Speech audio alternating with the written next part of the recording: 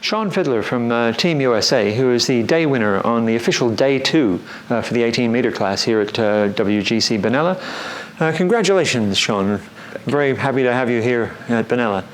And how did your flight go? It went really well. I think the big key decision was the start. There was a very busy gaggle that was well behind. It was almost a half hour after we really wanted to start. I finally talked to my teammate and said, let's just go. Even if they string out behind us, we need to get going and maybe we'll get lucky. And it turned out we got lucky. They stayed another almost 10 minutes. And our first glide was very flat on the first leg, but we were able to catch up just to the back end of 3 Victor and his teammate, and then eventually we caught up to the Czechs and the Poles. And I must have had the perfect amount of water, or did the transition and the dump down just right. I kept most of my water for all that glide, and had a really fast first leg, and then caught up to that group. And on that second leg to the north, before the forest, I was able to work to the top, well to the top of the gaggle somehow. So I just had a real fast water setting, I suppose. And then the key point, which turned out not really to be a key point, was I split with the gaggle at the forest. They went north, shorter to get out to the fields to the north, but we had a little bit of study that said that those fields to the north were going to be wetter, and it was also quite a ways off course. So I was alone with my teammate about 1,000 feet below me, so we were isolated at that point, but on course. And when I got to the edge of the forest, it was quite a long glide, maybe 35, 40K. I was down to 1,500 and found 4 knots right away, and was on my way.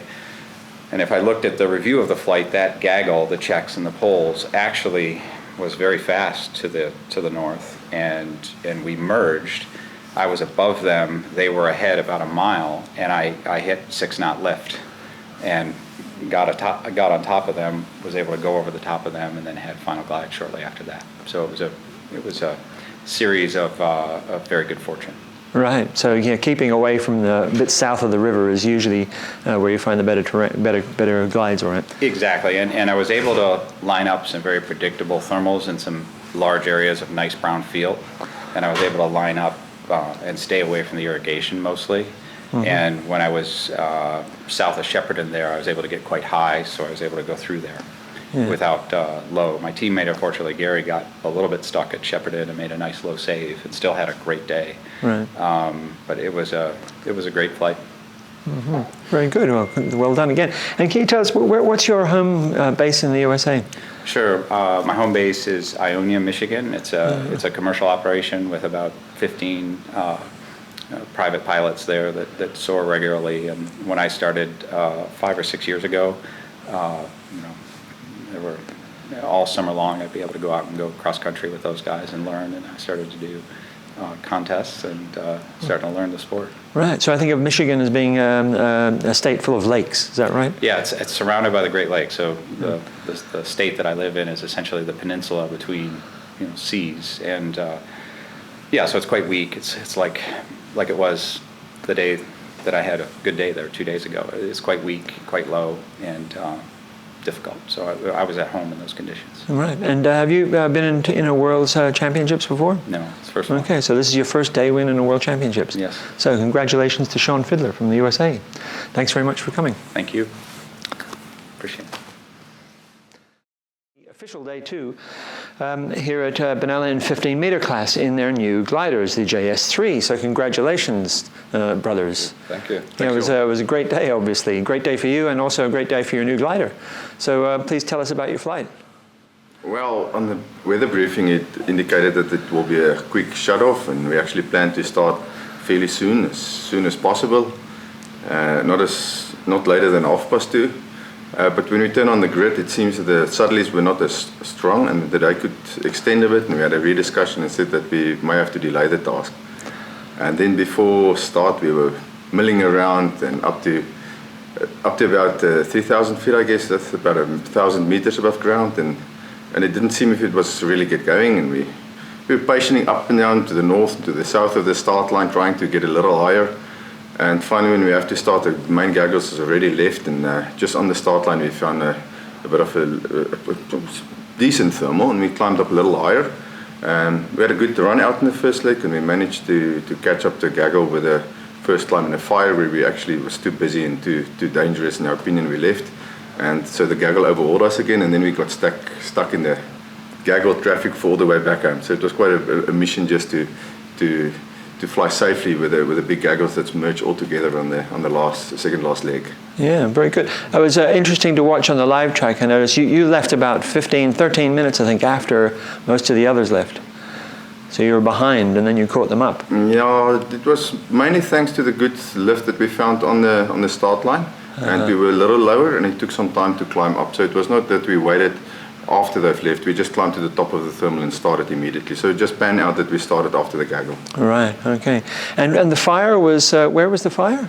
It was in the second leg, so halfway down the second leg. We had a short second leg, and was slightly left of track, and was very good when we initially got there. Yeah. And we pulled up in some good lift, and then immediately the gaggle joint, and we had to spread out. We couldn't climb safely in the core. Everybody couldn't climb safely in the core. Right. So we decided to leave that, and then about 10 minutes later, the gaggle came over us about 200 meters, so we had to do all the work again. Right. It was good. It was good fun, and it was quite turning out to the end of the day to be much stronger, or the area we were in, and good climbs. And we suffered the whole task, and just in the last 2-3 climbs, suddenly it was quite a lot of fun. And then a fast glide back home. Good. So your new gliders, you haven't got that much experience in them, but now you've won a day. Tell us about how they're performing for you. Ati, maybe you must say you designed it. Yeah, we're learning it. Every flight we're learning a little bit, and we're playing with the center of gravity and optimizing it. But now it seems to work well. We've got it to a point where we're quite happy with the glider. It seems to climb easily, and it handles beautifully. And on the final glide, if you pass 5 gliders, then you feel really happy. So it seems to be working out well. Yeah. Yeah, we're also experimenting a bit with the flap settings and speeds to fly. So I'm a faster climber, not in terms of speed, but I prefer to have a higher speed on the airspeed when I thermal, and a little tighter and less flaps. And Ati has a slightly different style, and also causing sometimes in a big gaggle you cannot use your own style. So it is sometimes a little frustrating if you experiment and you're stuck in a gaggle that you cannot really exploit where your strong points matches the glider strong points. So that's also a bit challenging in the gaggles. But normally Ati flies a little slow in the thermals, I fly a little faster. But we're experimenting now to see where's the sweet spot of this open. We're still learning it. Okay, well that's great. Well, have a great day today. It looks like we've got a few good days of weather. So, Excellent. Thank you. Adi and Ace Jonker. Thank you. Thank you. Oscar Goodriaan from Team South Africa, who won Open Class, which was on day 3, official day 3 for Open Class here at Benalla. Congratulations, Oscar, on your day win.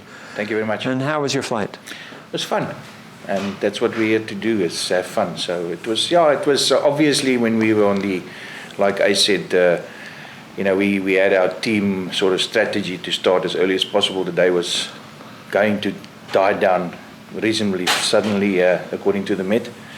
But then when the 50-meter class launched day, we had some feedback, and obviously the air was a bit more buoyant. Yeah. So we decided that we might leave it. We were going to start about 2:30, not very long after the gate opened, and eventually we turned out starting at about 4 o'clock. So the open class, being the gentleman that we are, we normally don't do this start line gaggle roulette thing, but it's just suicide if you go before the gaggle. So we hung in the gaggle, got a bit crowded at times, but everybody just, we gave the open class with the less maneuverability, we give each other room to maneuver, and then eventually when we did leave, it was fun. We picked up some of the guys that started before us, Lawrence, my brother, myself, and Andy and Russell Cheetham from the British team. We mostly, flew together, and we picked up the stragglers, or the guys that started before us along the way, and eventually it became quite a big gaggle, and we almost finished all together. So, but it was, as I said, it was fun.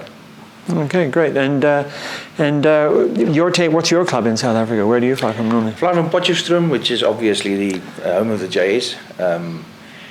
actually, interestingly enough, all of the South African team here at Benalla, we all come from the same club. We've got a culture of cross-country flying. We fly against each other and with each other. And we do a lot of cross-country. Weather's reasonably good. Yesterday or day before yesterday was a lot like our winter, with about 1600 meters above ground and 1.5, 2 meter thermals. So Peter Nouwens and Marcus and myself and Ace and Ati, we regularly fly, and we actually did a lot of flying in the winter, which prepared us well for the blue conditions here in Benalla. And so we all fly together. My brother as well, he lives in Cape Town, but he travels up to Joburg regularly, or to Potchefstroom. Peter Nouwens lives in Harrismith, which is about 300 kilometers away. But I think we're one of the clubs in South Africa that really we try and promote the cross-country thing above all other clubs.